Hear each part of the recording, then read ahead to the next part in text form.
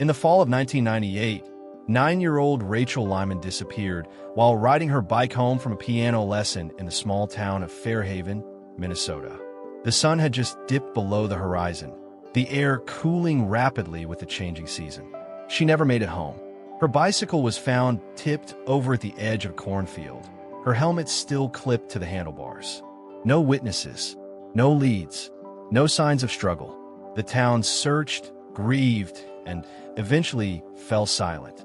3 years later, a routine demolition and abandoned feed mill unearthed something that would change everything.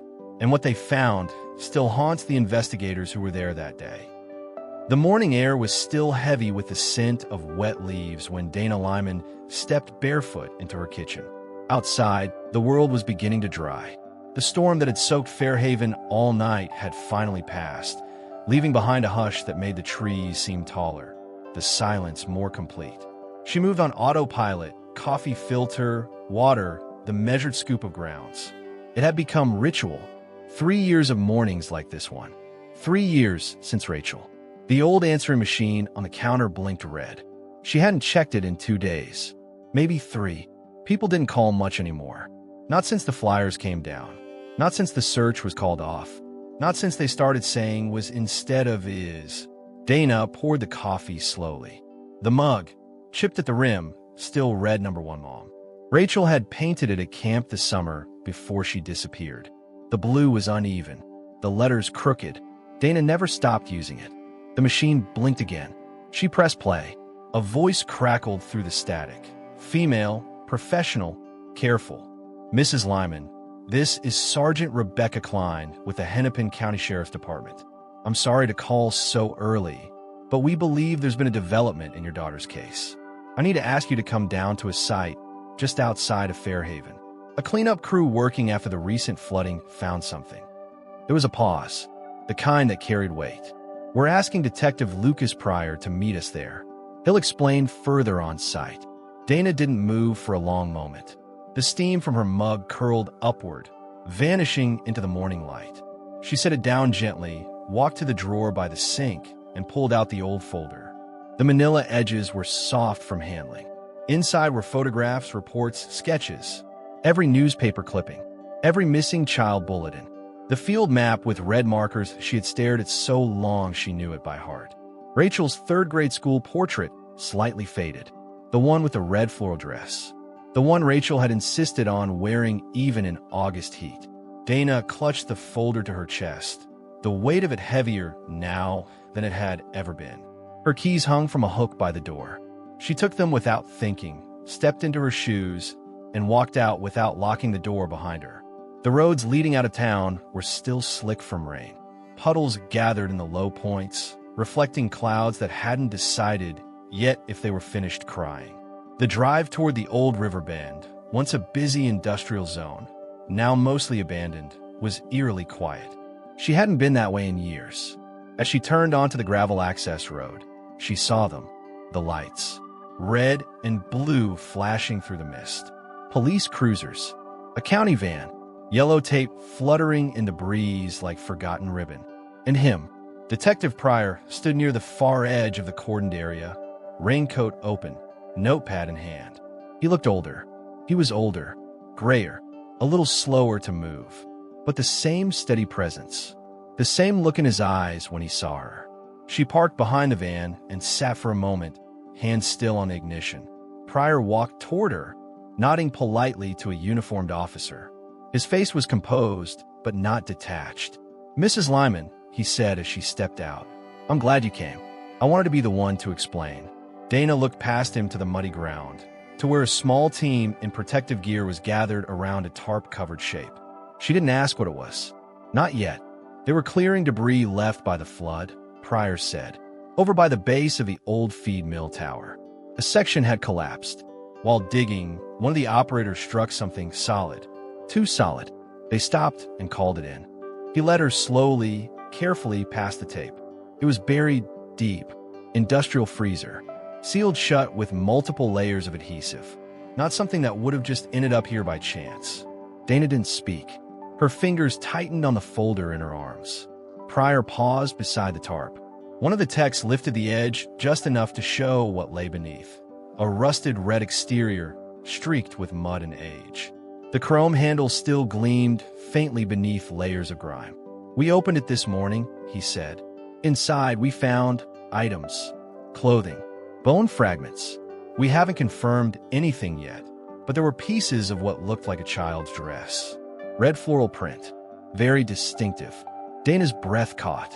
Her knees buckled before she realized she was falling. Pryor caught her, easing her to the ground.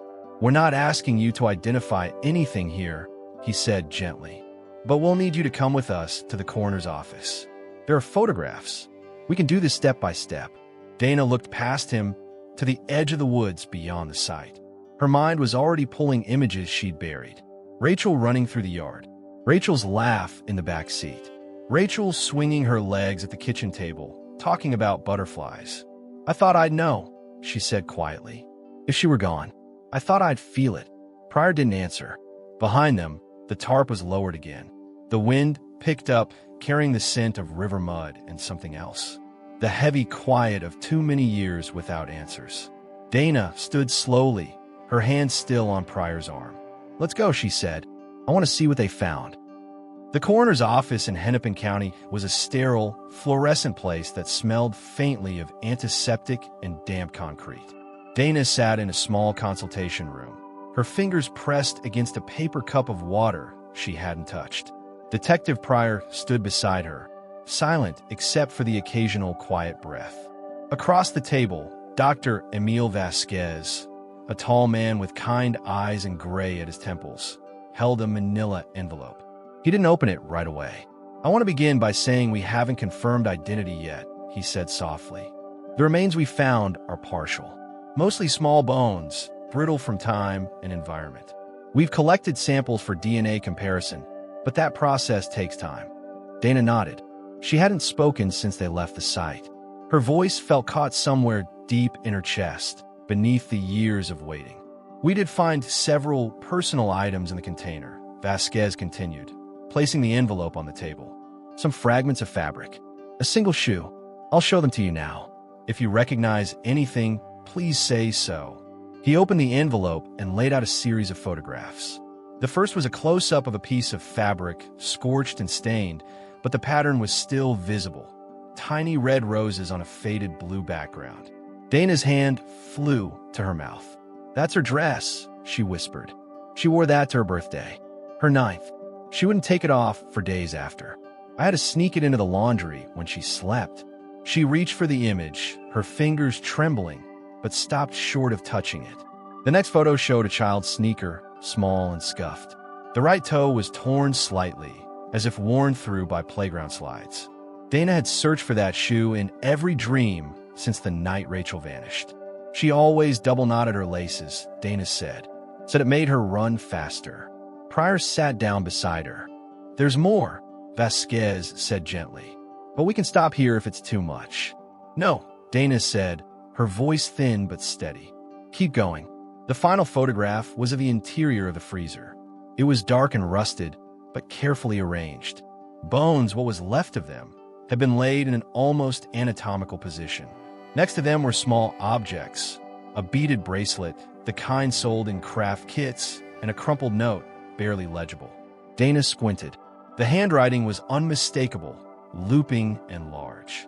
"Dear Mommy, today we did a science book. I miss you. I'm not scared if I think about you." The words stabbed into her, not because they were sad, but because they were still there, proof that for at least some time, Rachel had been alive. Somewhere, writing notes. "Missing her. I don't understand," Dana said finally. "Why a freezer? Why would anyone?" Pryor cleared his throat. "It preserved the remains, kept them from decomposing. That may have been intentional or not. We can't say yet."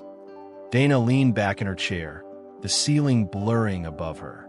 She tried to imagine Rachel, 9 years old, smart and stubborn, with that wild energy that made her seem taller than she was, being shut into something so cold, so final.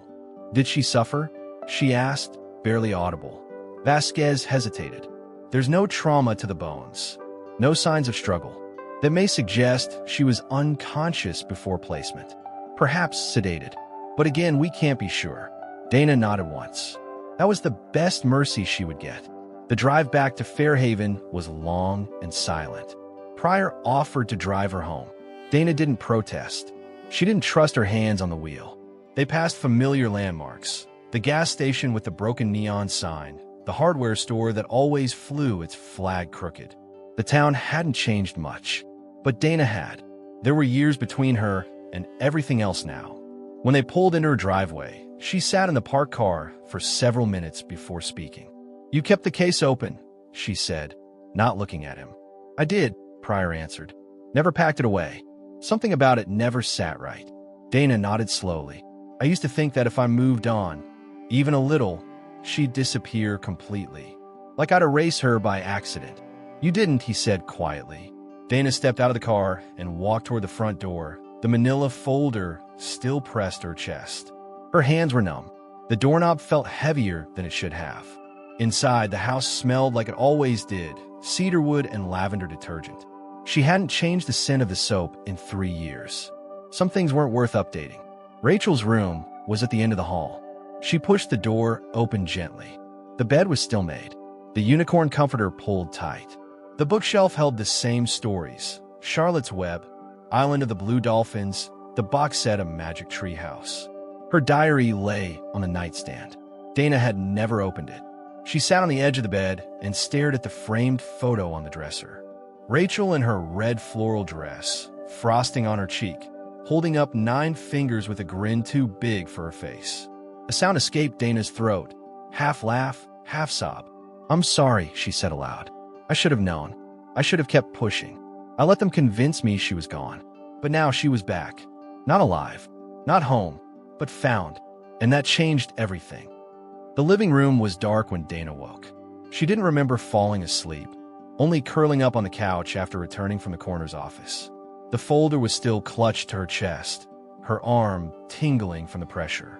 She shifted, blinking into the dimness, the ticking wall clock marking each second with unnecessary precision. 3:12 a.m. She sat up slowly, her back aching. The photo of Rachel on the mantel stared down at her. Same smile, same dress. The same soft tilt of her head that made her look half curious, half defiant. Dana rose and crossed the room barefoot, the floor cool beneath her. In the kitchen, she turned on only the stove light. The rest of the house remained draped in quiet shadows. She poured herself a glass of water, though her throat still felt raw. The water tasted metallic. She drank it anyway. The night wrapped around her like a heavy coat. She didn't cry. Not then. She went instead to the hall closet and pulled out a small plastic storage bin. It was labeled in Sharpie, "Birthday, 1998. Inside were streamers and used plates with cartoon animals, a paper crown Rachel had refused to wear, and the dress. She pulled it out slowly. It had been washed, folded, placed carefully atop everything else like a pressed memory. Red cotton, faded now, with a pattern of little roses, dozens of them dancing in delicate clusters. She ran her fingers along the lace trim at the collar, the same trim she had recognized in the forensic photos. The same trim fused to rusted metal. She held it against her chest, closed her eyes, and tried to remember how it had felt in her arms when Rachel wore it. That scratchy fabric, the faint scent of strawberries from Rachel's shampoo. Dana pressed her face into the folds of it. She sat on the floor for a long time, not crying, not breathing, just holding. Later that morning, when the sky outside had just begun to lighten, she stepped into Rachel's room. The air was still. Everything had remained as it was. The unicorn comforter tucked neatly. Stuffed animals lined along the window seat. Ella the elephant, Waffles the giraffe, a faded brown bear with a missing eye. Dana sat on the bed and reached for the framed photo on the nightstand. Rachel's 9th birthday. Her cheeks full of cake, arms flung wide in pure wild joy. She wore the dress, of course, red with a white collar. She had wanted to sleep in it that night. Dana had said no. They compromised. She slept with it under her pillow. Dana stood and walked to the closet. It still smelled faintly of childhood, crayons, dust, something sweet and old. A shoebox sat at the bottom. Inside were folded notes, birthday cards, and a small, glittery diary with a broken lock. She hadn't been able to read it before, hadn't been able to cross that boundary. But now, she opened it gently. Most pages were filled with single lines. Today I helped Mommy with muffins. I think Ella is sad. Dad said I talk too much. I think he's wrong. Then, I wore my red dress again. Miss Alden said I play with feeling. Piano is hard, but I like it. Dana closed the diary. So much life in those pages. So much ordinary joy. She called Detective Pryor around 7 a.m. He answered on the second ring. I need to see the dress again, she said. The one from the freezer. I need to compare something. Pryor paused. I can meet you at the station in an hour, he said. I'll have the photos ready. By 8:30, they were sitting in the records room of the Fairhaven substation. The fluorescent lights buzzed faintly overhead. Pryor laid out the forensic images, 8 by 10s, high resolution, printed in color. Dana focused on the collar. The lace was burned in places, but still intact. One side had a small row of hand-sewn beads. Rachel had insisted on decorating it herself for her birthday. They don't match, Dana whispered. Not perfectly. Pryor leaned closer. What do you mean? Dana reached in her purse and unfolded the dress she'd brought from home. This is the birthday dress, she said. But that collar, she pointed to the photo, has a second layer of lace underneath. I only added one. She was going to add more, but the glue ran out. Pryor frowned. You think it's a copy? No, I think it's hers.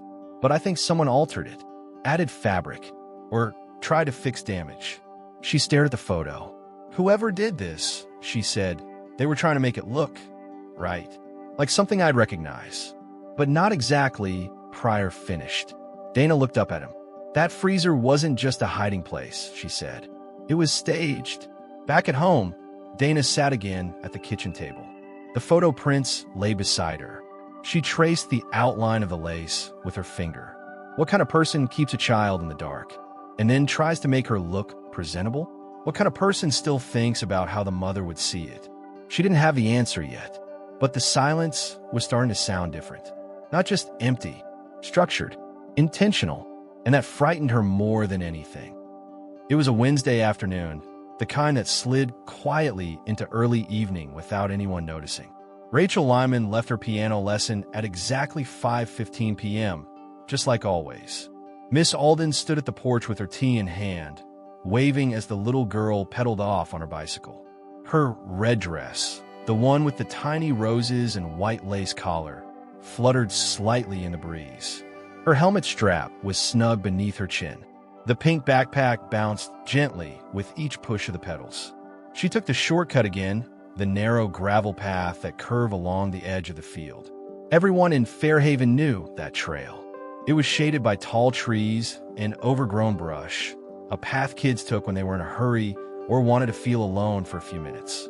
Rachel knew it by heart. At home, Dana checked the clock on the kitchen wall. It was 5:42. Rachel was usually back by now. Maybe she'd stop to watch the ducks by the stream. Maybe she'd pause to pet the neighbor's dog or pick the last of the wildflowers along the fence. 5 minutes passed, then 10. Dana tried to stay calm. At 5:47, she called Miss Alden. The teacher's voice was casual at first, then careful. Yes, Rachel had left on time. Yes, she always took the same route home. Dana hung up the phone and grabbed her keys. She walked the trail herself, half running, eyes scanning every dip in the path. There, near the edge of the clearing, she found it. Rachel's bicycle. It was on its side in the grass. The front wheel still spun slowly. Her helmet was hooked neatly over the handlebars. But Rachel was gone. Her backpack wasn't there. Neither were her shoes. That detail made Dana stop cold. Rachel never took her shoes off outside. Not at school. Not at home. Not even at the lake unless someone told her it was okay. Yet there they were, side by side, toes pointed straight ahead, like someone had placed them with care. Dana dropped to her knees, her fingers hovering just above them, as if touching the shoes would make it real. A man jogging nearby saw her and called 911. The dispatcher's voice was calm. Dana's was not. The first patrol car arrived in under 15 minutes. Then came the K-9 units, the sheriff, the helicopters. By sunset, the field was lit up like a construction site. Flashlights swung through the brush. Volunteers walked arm in arm, sweeping through the undergrowth. Detective Lucas Pryor was one of the first on scene. He crouched beside the bicycle, frowning. No drag marks, no broken branches, no torn clothing, just that eerie neatness, that stillness. He picked up a small glittery hair clip half buried in the weeds, bagged it, tagged it, then moved on. That night, no one in Fairhaven slept. Not really. The story hit the morning paper before sunrise. A photo of Rachel at the summer fair, cotton candy on her chin, her smile crooked and wide. Dana had sent it in without thinking. She didn't realize it would be the photo they used in every article, every news segment, every flyer taped to every window. A girl frozen at 9 years old, wearing her red birthday dress. The next 3 days passed like a blur. Dana didn't eat. She barely slept. She answered questions from reporters with sentences that didn't always make sense. She called hospitals, then morgues, then hospitals again. Friends dropped off food she never touched. Her sister came down from Minneapolis and stayed on the couch. Pryor knocked on every door within 5 miles. He questioned postmen, delivery drivers, teenagers who walked the trail, farmers whose fields bordered the woods. Nothing. No witnesses. No sightings. No vehicle reports. The dogs caught a faint scent near the drainage ditch, then nothing. 2 weeks later, the search narrowed. Helicopters were grounded. Volunteer turnout dropped. The flyers remained, but they faded with rain and time. Dana kept the light on in Rachel's room. She placed her daughter's slippers by the bed each night. She ironed the red dress and folded it gently into a box labeled 9th birthday. She set one place at the table and packed a lunch each morning, just in case. Pryor kept the file open longer than most. He reviewed it every Friday without fail. He made new lists, rechecked old maps, and interviewed people who had already answered everything they knew.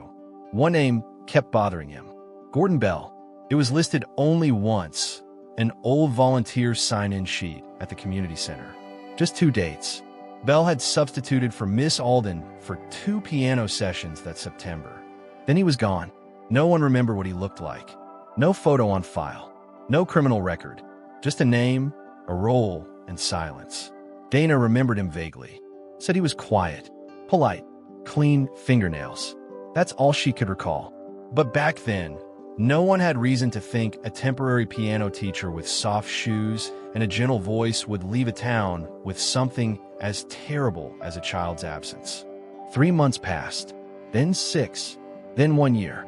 Dana stopped giving interviews. She stopped answering calls unless the number was familiar. Pryor still checked in, still knocked on her door once a month. They didn't speak much, but she always opened the door. Sometimes, she asked if he'd learned anything new.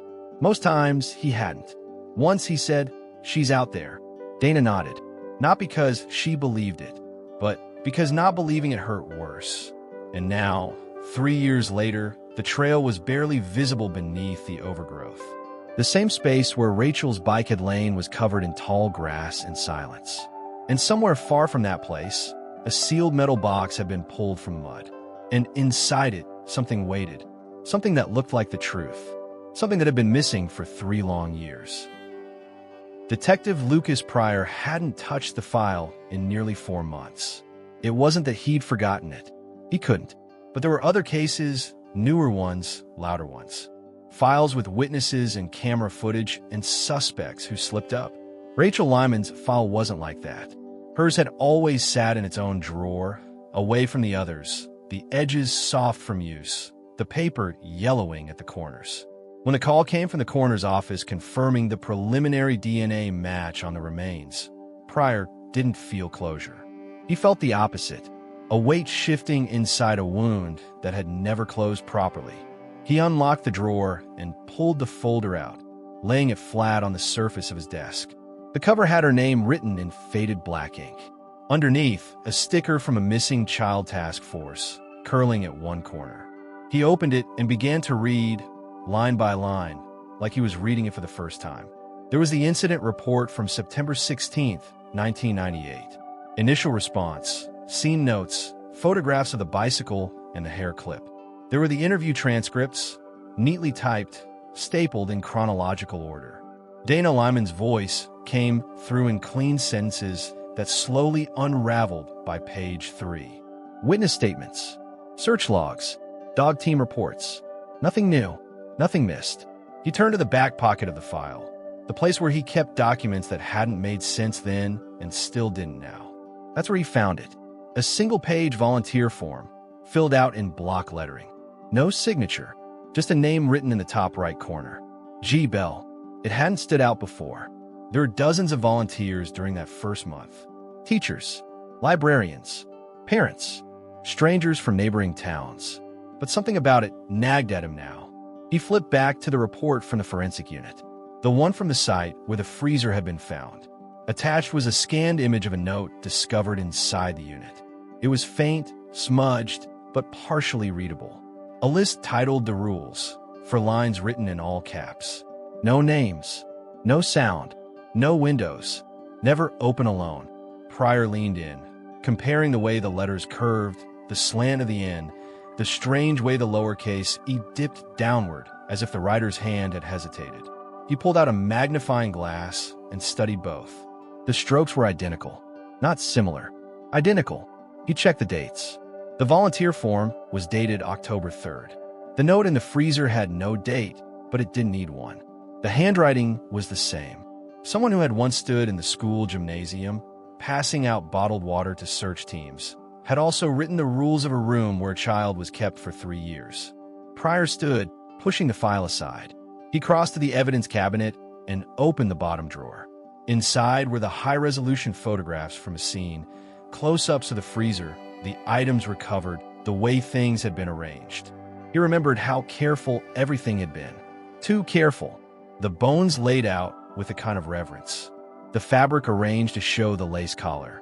The beaded bracelet propped beside it. It wasn't just disposal. It was a message, a scene meant to be interpreted. And now, the handwriting gave it context. Pryor picked up the phone and called the county records office. Asked for employment and volunteer logs from 1998. Schools, libraries, community centers, anyone who had filled out forms, anyone who had signed their name or initials. 3 hours later, the results came back. Gordon Bell had volunteered at Pinewood Elementary twice in 1998, taught a few after-school music sessions in September. Then he was gone, left town without notice.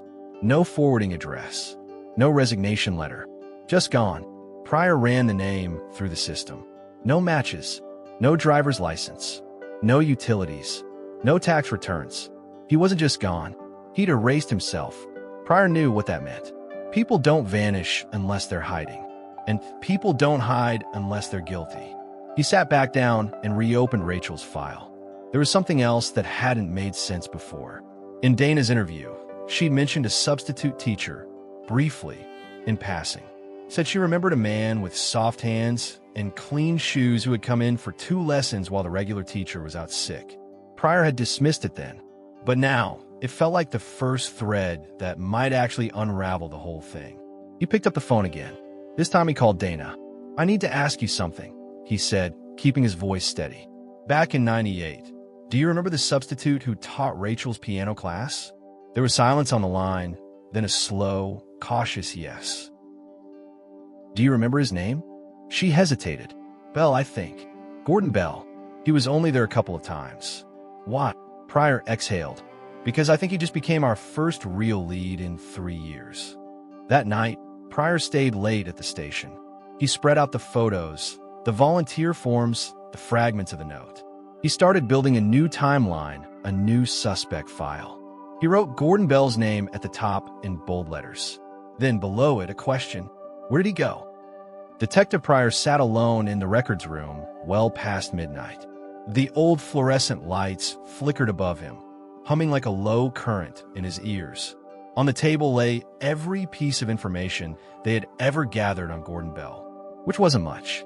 A first name, a last name, 2 volunteer forms, no address, no social security number on file. The man had come and gone like fog, but now they had handwriting, they had timing, and they had something more powerful than evidence. They had attention. Pryor called in a favor from a contact at the DMV.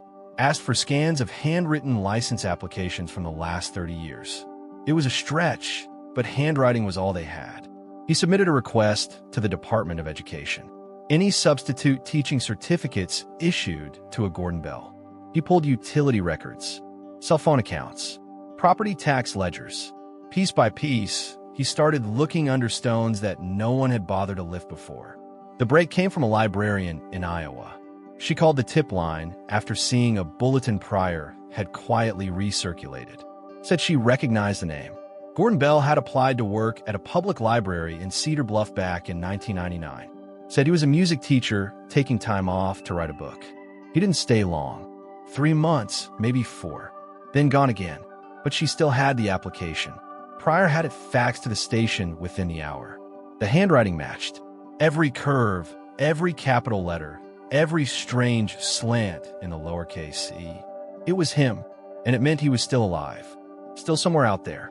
Hiding maybe, but not buried. Pryor traced the timeline again. From Fairhaven in 1998 to Cedar Bluff in early 1999. Then Des Moines.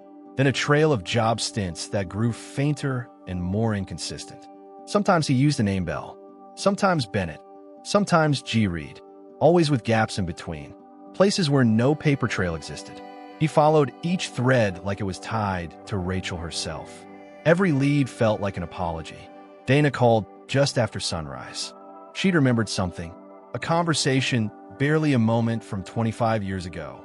Rachel had come home from one of the substitute piano lessons and said the man had asked her if she liked secrets. It hadn't sounded strange then, just an adult making conversation. But now, her voice trembled when she said it out loud. Pryor wrote it down and added it to the file. A small, whispered clue, one that meant he'd noticed her, that he'd singled her out. And Dana remembered something else. That after those lessons, Rachel had started checking the locks on her windows at night. Just once, then never again, as if something had unsettled her and then passed. Pryor reached out to the Bureau for help identifying aliases. They cross-referenced job applications and teaching certificates with handwriting samples. Nothing conclusive, but the profile began to sharpen. Male, likely late 40s or early 50s now. No digital footprint, no social media, no credit history after 2004. He used cash, kept moving, lived in rentals under other names. And he worked just long enough to blend in before vanishing again. He was disciplined, patient, and careful, but not perfect. In a small town outside Lincoln, Nebraska, a landlord confirmed that a man named Arthur Reed had rented a room above his garage from 2000 to 2002. Said he kept himself, taught music lessons out of the unit, had a piano delivered. Said he left in a hurry one night and never came back. The piano stayed behind, still collecting dust. Pryor requested a forensic team to process the unit. Inside, they found notebooks, dozens of them, all with children's names on the covers, such as first names, others with dates. Rachel's name appeared on one. Inside were pages of handwritten notes, observations, daily entries, as if she'd been studied or kept. Page 1 read, Day 1, she cried for her mother. Wouldn't eat dinner, hid under the cot. Page 17, Day 17, reads well for her age. Loves music, responds positively to praise. Page 92, Day 92, begged to go home. Threatened to scream. I reminded her of the rules. The room went quiet as Pryor turned the pages, each one darker than the last. Day 105, Day 200, Day 470. The handwriting remained steady, controlled, as if the person writing didn't see what he was doing as wrong, just necessary. One entry included a drawing, a sketch of a child's bed, walls lined with soundproofing foam, a chart of schedule, breakfast, lessons, quiet time, chores, lights out. Pryor sent copies of the notebooks to the behavioral unit. They confirmed what he already suspected. This was an impulse. This was method. This was someone who planned, who built routines, who believed he was creating a world instead of destroying one. And it made sense now. The rules, the arrangement of the body, the bracelet placed beside the bones. It had all been part of his system. Pryor requested a nationwide alert for the alias Arthur Reed and for any utilities or rentals tied to it. They expanded the search to include related names, variant spellings, any connections to music instruction or substitute teaching. The hunt had officially begun.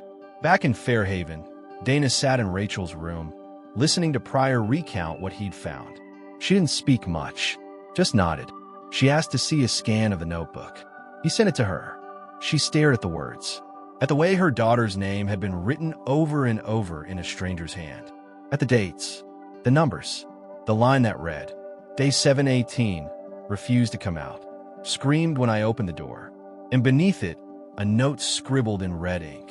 We're almost done. Dana didn't ask what that meant.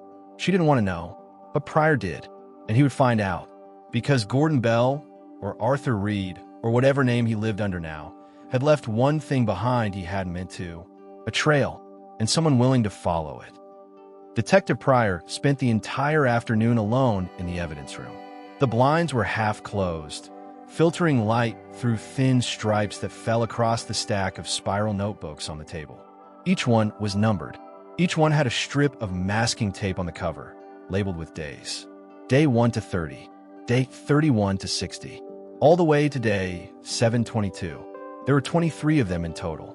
He didn't touch them at first, just looked. The weight of them was unreal, not in pounds but in time.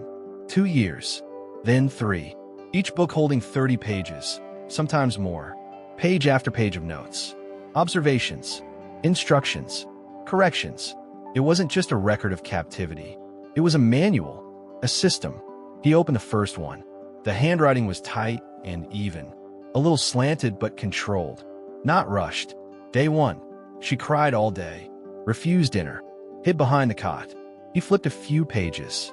Day 5, she asked when she could go home. I told her this was home now. She cried again. Day 9, she tried to open the door during lesson time. I reminded her of the rule. No touching the door. Pryor scribbled notes in his own notebook, his pen barely making a sound on the paper. Every entry was short, clinical, as if the man writing had no concept of what he was doing. Or worse, he knew exactly what he was doing and believed it was right. He kept reading. Day 14, I gave her a book about flowers. She seemed calmer. She colored the edges with crayons. Day 22, we began piano exercises today.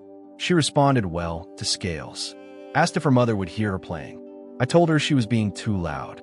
Day 37, she had a nightmare. Screamed until I turned off the lights. Pryor paused, his thumb on that page. He remembered Dana mentioning that Rachel used to sleep with a night light shaped like a cloud. She was scared of the dark. Always had been. And here she was forced into it as punishment. By the time he reached day 60, Pryor could feel something shifting in the tone. The entries were longer, more confident, as if the writer believed he had gained control. Day 65, she calls me Mr. now. No more asking to go home. She says thank you after meals. She follows the schedule. We're making progress. Pryor clenched his jaw. He flipped through the next few books faster now. The routine was always the same. Wake at 7. Lessons. Quiet hour. Chores. Dinner. Lights out. Any deviation was corrected. Any resistance met with silence or darkness or withheld meals. The notebooks were full of charts, behavior logs, even rewards. On day 123, she was given a cupcake for finishing her workbook. On day 140, she received a sticker for playing a song perfectly. Pryor circled every date. He wasn't reading about care. He was reading about conditioning, about training a child to survive in a cage. He called Dana, told her what he'd found so far, asked if she wanted him to stop. She said no. She wanted to know. She deserved to know. So he read her a few lines. Day 187. We talked about constellations. She asked about the sky. I told her it's not safe out there yet. She accepted that answer. She drew stars on the walls. Day 201. I gave her new books. She smiled. It felt like we were family today. Dana was silent for a long time. When she spoke, her voice cracked once, then steadied. She said she didn't believe that. Not for a second. Pryor nodded. I know. He kept reading through the rest of the week. Nights blurred into mornings. The notebooks became part of him, part of the station. Other detectives walked by, looked in, then looked away. No one wanted to read what he was reading. The entries began to change again. Somewhere after day 500, the tone grew tense. Shorter sentences, more frustration, more control. Day 509. She refused to answer during music today. Just stared. I took the books away. Day 520. She threw her breakfast tray. Screamed for 10 minutes. I reminded her what happens when she forgets the rules. Day 540. I told her this was her last chance. She said she didn't care. She asked to see her real family.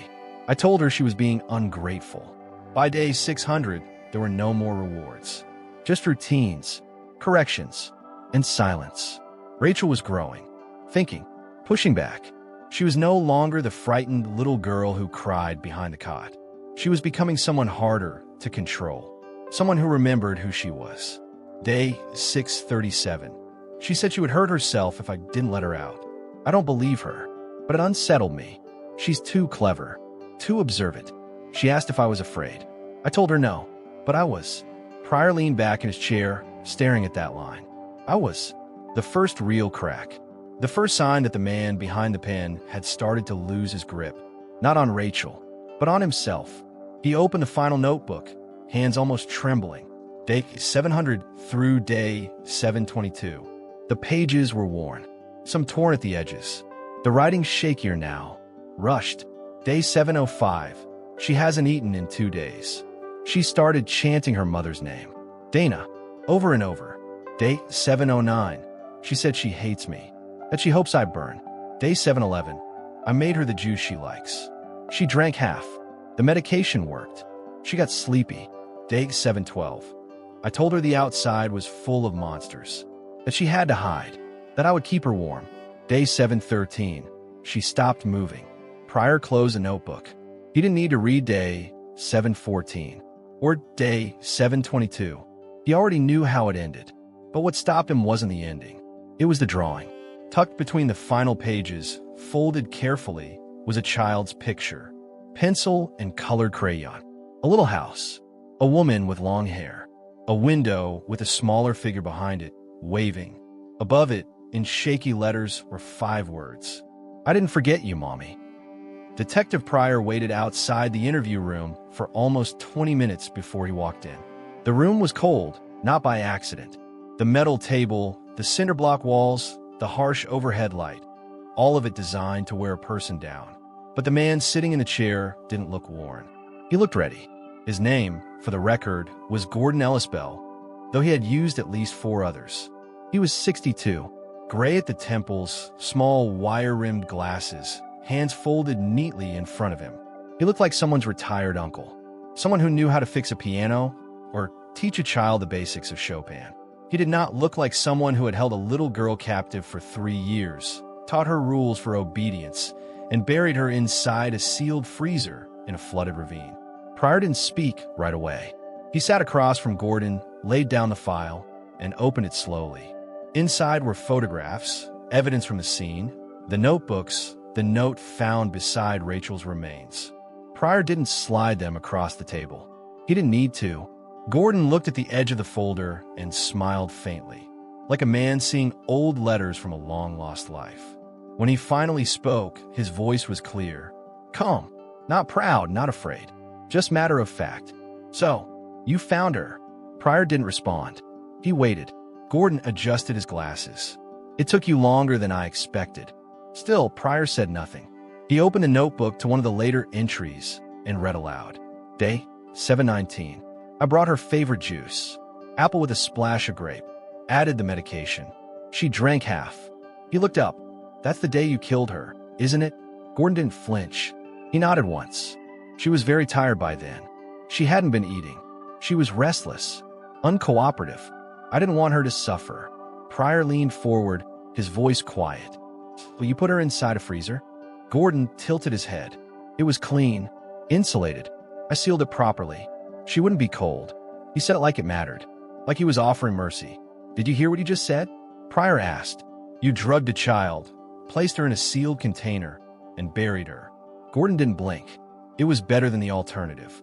Pryor closed the notebook. What alternative? Gordon's voice dropped to almost a whisper. Letting her go, letting her tell. He rubbed his hands together slowly. She was starting to say things, dangerous things, about what I'd done, about how she remembered. She was smarter than she looked. Pryor stood, paced the edge of the room, and then asked the question he hadn't wanted to ask. Why Rachel? Why her? Gordon looked up, and for the first time his voice changed. It softened, because she saw me, not just with her eyes, with her understanding. Most children take what you give them, obey because they don't know how not to. But she asked questions. She argued. She remembered everything. Pryor shook his head. You kidnapped her because she was intelligent? I brought her to a better place, Gordon said. The world outside is cruel. Her parents were already separating. The mother was distracted, the father angry. I saw it. She needed structure, music, lessons, someone to protect her. So you took her away from everyone she loved, Pryor said. You locked her in a basement and told yourself you were saving her. Gordon's eyes gleamed. I gave her stability, education, safety. You can't understand that. None of you do. Pryor sat back down. Tell me about day 722. Gordon didn't answer at first. Then, quietly, I went down to the room, and it was silent. She hadn't moved. I checked her breathing. There wasn't any. I waited an hour, just to be sure. His voice never wavered. Then I placed her in the unit, arranged her dress. I made sure she looked like herself, not just pieces. You put the bracelet beside her, Pryor said. The one she made in class. Gordon nodded. She liked it, said it made her feel pretty. I didn't want her to be lost. The silence that followed was heavy, like fog pressing into the corners of the room. You wrote, "We're almost done" in the notebook, Pryor said. What did that mean? Gordon looked down at his hands. I thought maybe I'd join her, that I would go into the dark too. But I couldn't. I got scared.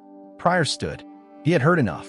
As he gathered the evidence folder, Gordon asked, almost casually, does her mother know that you found her? Pryor turned to the door. She knows. She read the last entry. She saw the drawing. Gordon's face tightened. She was always drawing houses, always putting her mother outside the window. She never stopped talking about her. She never stopped loving her, Pryor said. No matter what you told her, no matter how long she was down there. That's what you couldn't take from her. Later that day, Dana arrived at the station. She didn't ask to see Gordon. She didn't ask to confront him.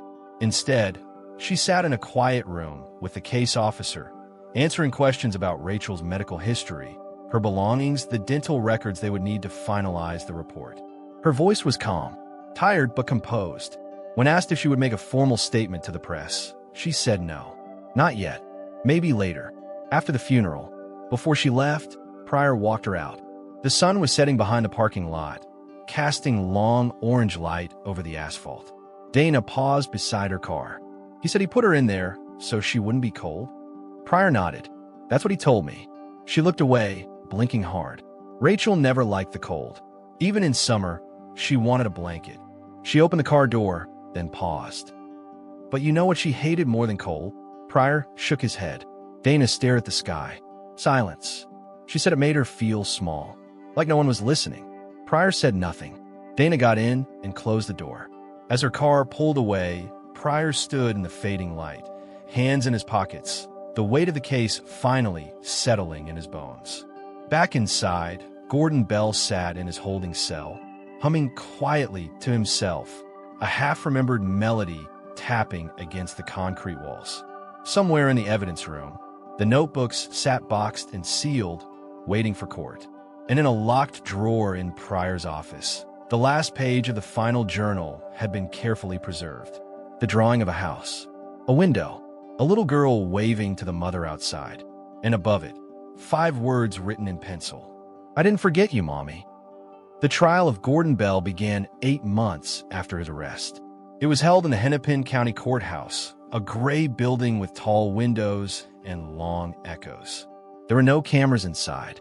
Dana had requested that, not because she was afraid of the attention, but because she wanted Rachel's story to remain hers.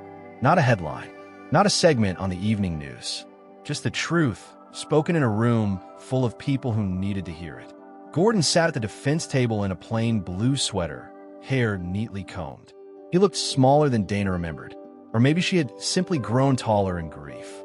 He never looked at her, not once, not during jury selection, Not during opening arguments. Not when the prosecutors held up the notebooks one by one and read passages that made the room fall silent. Not when Rachel's bracelet was placed on a white cloth and labeled as Exhibit 42. He sat still, listening, as if this was just another lesson. Another quiet day in the basement. Dana didn't testify until the second week. Pryor offered her the option to submit a written statement, but she refused. She stood in front of 12 strangers and told them about Rachel's laugh, about how she danced barefoot in the living room, played Chopin with her eyes closed, and insisted on sleeping with the same stuffed elephant from the day she was born. She told them about the red dress, the one Rachel loved so much she tried to wear it to school for 3 days straight. She told them how, in the first few weeks after her daughter disappeared, she left the porch light on every night, just in case Rachel found her way home. Just in case she saw the light and knew where to go. Dana did not cry on the stand. Her voice trembled once when she read the words from the last drawing. "I didn't forget you, Mommy." Then she folded the paper, placed it gently on the table, and stepped down. The defense didn't argue innocence. They tried to paint Gordon as a mentally unwell man, isolated, obsessed with routine. They said he believed he was helping, that he never meant to harm. But the notebooks told a different story.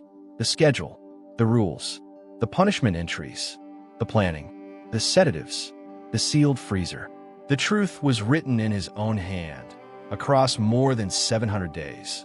And no matter how calm his voice, how polite his answers, nothing could quiet the horror he documented. The jury took 4 hours. Guilty on all counts: kidnapping, unlawful imprisonment, murder in the first degree, with special circumstances for cruelty and premeditation. Life without parole. The sentence was read aloud on a Thursday morning. Dana sat in the front row, holding the chain of her necklace between her fingers. It had once belonged to Rachel. A small silver locket, heart-shaped, with a photo inside that only she had seen. After the sentence was passed, she didn't look at Gordon. She stood, walked quietly from the courtroom, and stepped into the sun. She didn't cry that day either. She didn't smile. Justice, when it finally arrived, did not bring relief. It brought stillness. The weeks after the trial were quieter than she expected. People dropped off flowers, cards. Neighbors she hadn't spoken to in years brought casseroles wrapped in foil. A few reporters camped outside her house, but they left quickly when she didn't answer.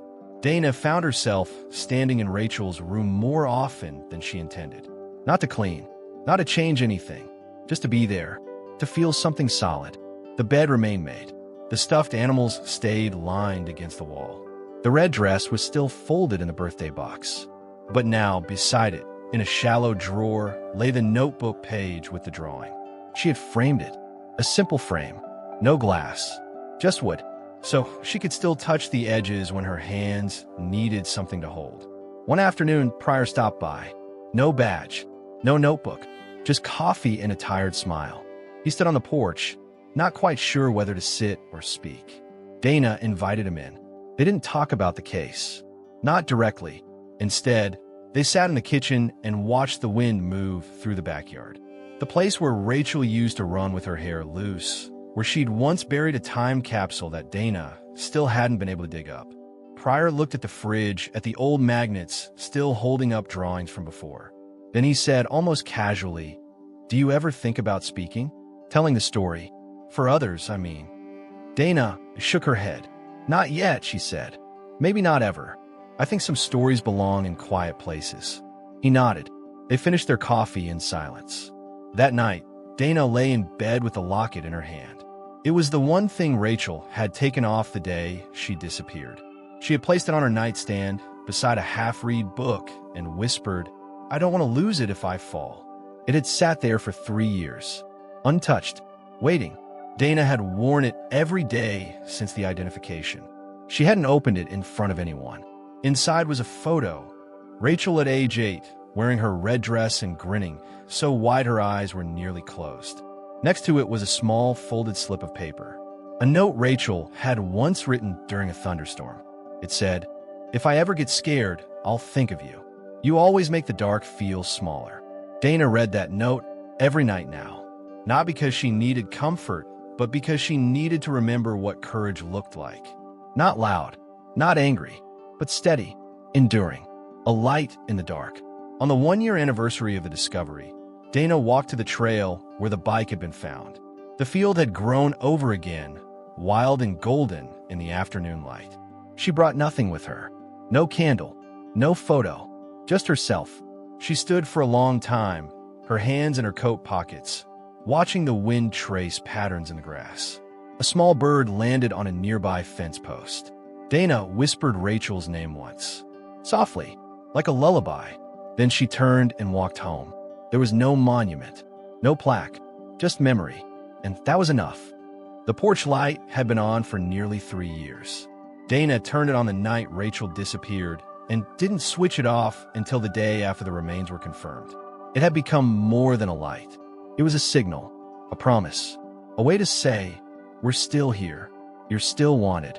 Neighbors had asked about it, sometimes gently. The woman next door once offered to replace the bulb when it flickered. Dana declined. That bulb was the third one since it all began.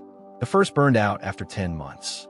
The second lasted longer, but she replaced them all herself, quietly, without fanfare, because some rituals aren't about utility. They're about holding a thread between what is and what might still be. Now, a full year after the trial, the porch light remained off. Dana hadn't touched the switch since, and yet, on some evenings, she found herself glancing up at it as she unlocked the front door. She'd look at the small metal casing, the dust along the edge of the glass, and wonder if it still worked. Not the bulb, the meaning. Whether the act of lighting something for someone who could never return still mattered, or if it was time to let that gesture sleep. The house was quieter these days. Not empty, just still. Rachel's room had not changed, not in any meaningful way. Dana dusted the shelves, rotated the stuffed animals on the windowsill so they wouldn't fade unevenly in the sun. She opened the window on breezy days to let the air feel lived in. She washed the red dress once, carefully by hand, and refolded it in the birthday box with lavender tissue paper. She kept the final notebook page in its frame, now resting on her bedside table instead of Rachel's. Some nights, she looked at it. Most nights, she didn't. But it was there, the way memories are, present even when quiet. She had returned to work part-time at the library. Her coworkers didn't ask questions. They welcomed her with warm eyes and long silences, which she appreciated more than condolences. She spent her mornings shelving returns and cataloging new arrivals. Some days, she led children's story time again. It took a while to say yes to that. The first time she read aloud in the children's room after everything, her voice had caught on the second sentence. A little boy in the front row had smiled and handed her a tissue. She kept reading. Outside of work, she joined a quiet support group. Not for parents of missing children, not anymore, but for survivors. People rebuilding their lives after a grief that had shaped their world too completely to undo. They didn't speak in platitudes. They shared calendars, book lists, gardening tips, the practical ways to survive. One woman brought lemon bars every week, wrapped in wax paper.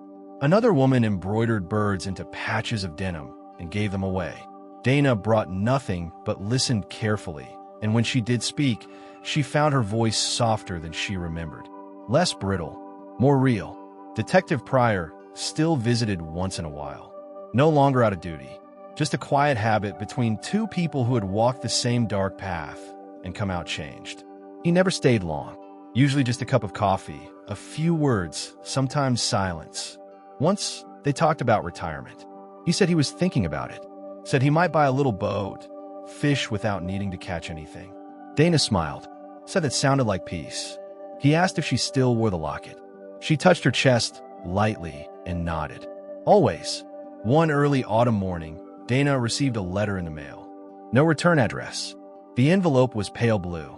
Inside was a short note, typed and signed. It read, "I drove by your house once. I saw the porch light. I didn't know who you were yet, but I remember thinking, someone's still waiting. I hope you never stop." Dana read it 3 times, then folded it carefully and placed it in the back of the notebook. She didn't know who had written it. Maybe a neighbor, maybe someone from the support group, Maybe just a stranger who had passed by on the wrong day and carried a piece of her pain without knowing what to do with it. But it didn't matter. What mattered was that someone had seen the light and understood. That night, Dana sat on the porch for the first time in months. The air smelled of rain and pine. The wind had shifted just enough to rustle the leaves along the sidewalk. Across the street, a boy was learning to ride a bike, his father jogging behind him with one hand ready to steady the seat. The boy laughed as he wobbled. Dana watched them until they turned the corner. She didn't cry, but her hand drifted to the railing, where Rachel used to line up acorns like tiny trophies. The grooves were still there. She traced them absent-mindedly with one finger. She looked up at the porch light, then stood and stepped inside. In the front hall, just beyond the coat hooks, was the switch. She reached for it, paused, and turned it on. The bulb glowed soft and warm, casting a familiar circle of light across the steps. It wasn't a beacon anymore. It wasn't a searchlight into the void. It was something else now. A marker. A quiet acknowledgement that even though some journeys don't end with a return, they can still leave a light behind. Dana stood in that glow for a moment longer.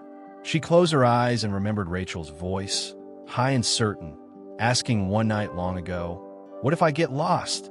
And it gets dark. And Dana, half asleep, had answered without thinking, "Then I'll leave the porch light on, so you can find your way home." She opened her eyes and whispered back to the memory, "You're home now." Then she walked into the house, leaving the light on behind her, not in waiting, but in love. What do you think about Dana's final choice? If it were you, would you have left the porch light on or turn it off long ago? Feel free to share your thoughts in the comments.